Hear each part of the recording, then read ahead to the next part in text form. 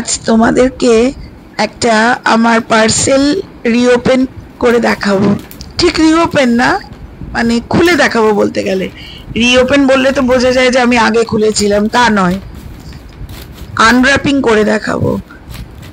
Idea করতে পারছো কি কি হতে পারে? বেশ বড় সাইজের একটা জুতোর বাক্সর মতো।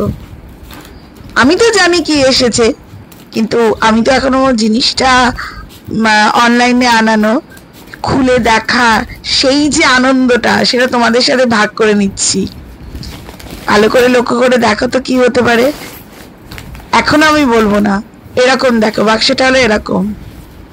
Any idea? আমার তো মনে হয় খুব একটা আইডিয়া করা ইজি নয়। জাস্ট ভাবো,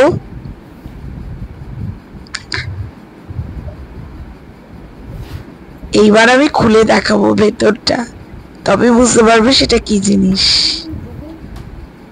কি বলবো নাকি বলেই দেবো? আর কত সাসপেন্স থাকবে? এই দেখো, এটা হলো একটা গার্মেন্ট স্টিমার। এবার ক্লিয়ার? গার্মেন্ট স্টিমারটা ভীষণ কাজের। এই যে আমাদের আয়রন করার ঝামেলা, আবার রেখে স্ট্রেট করে করা, এটা একদম দুরকম ভাবে, হরাইজন্টাল ভার্টিক্যাল দুভাবেই করা যায়। ধরো হ্যাঙ্গারে জামা ঝুলিয়ে রেখে দিয়েছি, সুন্দর করে স্টিমার দিয়ে স্টিম করে নিলেও সেটা হয়ে যায়। আর যেটা সব থেকে কাজের কাজ কি বলতো, রিঙ্কেল ফ্রি করা যায়। ভীষণ দরকারি জিনিস। দেখো একদম নিচের দিকটায় একটা এরকম বক্স রয়েছে, এটার মধ্যেই, আর এটা খোলা পড়া ভীষণ ইজি, এটার মধ্যেই জলটাকে ঢুকিয়ে দিয়ে জাস্ট আটকে দেওয়া, ভীষণ ভালো। আর জল যদি বেশি হয়ে যায় তাহলেও সেটা তোমাকে ইন্ডিকেটর দেবে, আর জল যদি একদম না থাকে তাহলেও এটা মেশিন স্টপ হয়ে যাবে, মানে অ্যাক্সিডেন্ট হওয়ার কোনো ভয় নেই। আর আয়রন টেবিলের উপরে যদি রেখে তুমি চেষ্টা করো আয়রনের মতো করে, সেটা মানে সেটাও করা যাবে। আর কতগুলো দেখো এক্সট্রা পার্ট দিয়েছে, যেগুলো ওই স্টিমারের মাথার মধ্যে পরিয়ে দিলে এক একটা ফ্যাব্রিকের জন্য এক এক রকম। কোনোটা একটু একটু কি বলবো ক্রিটিক্যাল টাইপের আছে, তাদের জন্য একরকম। আর এই যে দেখো মাথাটার সামনের দিকটা দেখছো, এর ঠিক পেছন দিকেই একটা টাচ স্ক্রিন অন অফ এর পোর্শন আছে। আর এইটা এক একটা মানে যেরকম ফ্যাব্রিক হবে সেই অনুযায়ী, বা কতটা নোংরা আছে বা কতটা কুচকানো আছে, সেগুলোর জন্য এইটা ভীষণ ভালো সিস্টেম। একদিন আমি তোমাদেরকে এটা একদম লাইভ করে দেখাবো, যে আমার কোনো একটা জামা আমি এর মাধ্যমে তোমাদেরকে আয়রন করে দেখাবো, বা রিঙ্কেল ফ্রি কি করে হয় সেটা করে দেখাবো।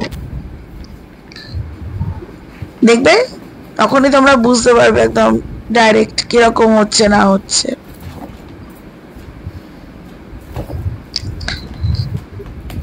আমি তো ভীষণ এক্সাইটেড, কবে যে এটাকে আমি করে তোমাদের দেখাবো সেটাই ভাবছি। অনেকগুলো পার্ট আছে।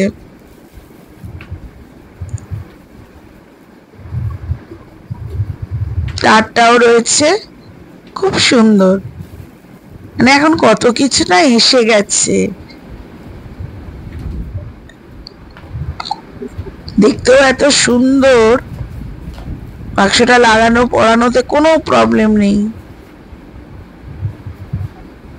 তোমরাও একটা কিনে ফেলো, বেশ কাজের জিনিস। কিন্তু জানো তো, আমি অনেকদিন থেকেই ভাবছিলাম কিনবো কিনবো, মানে আমাজনে প্রাইম ডে চলছিল দুদিনের জন্য, বাস সুযোগ পেলাম, কিনে নিলাম, আর ওয়েট করিনি।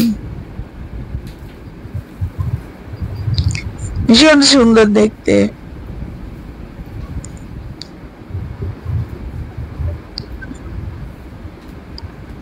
আমি একটু আমার বাড়িতে একটু গ্যাজেট সর্বস্ব, আমি প্রচুর পরিমাণে গ্যাজেট ইউজ করি অ্যাকচুয়ালি।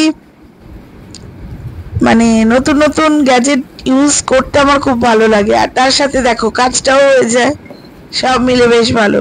তবে আমার বাড়িতে আমি ছাড়া এই সমস্ত জিনিস, এইসব গ্যাজেট গুলো আমার অবর্তমানে কে করবে জানি না, কারোর কোনো ইন্টারেস্ট নেই, কেউ জানারও চেষ্টা করে না।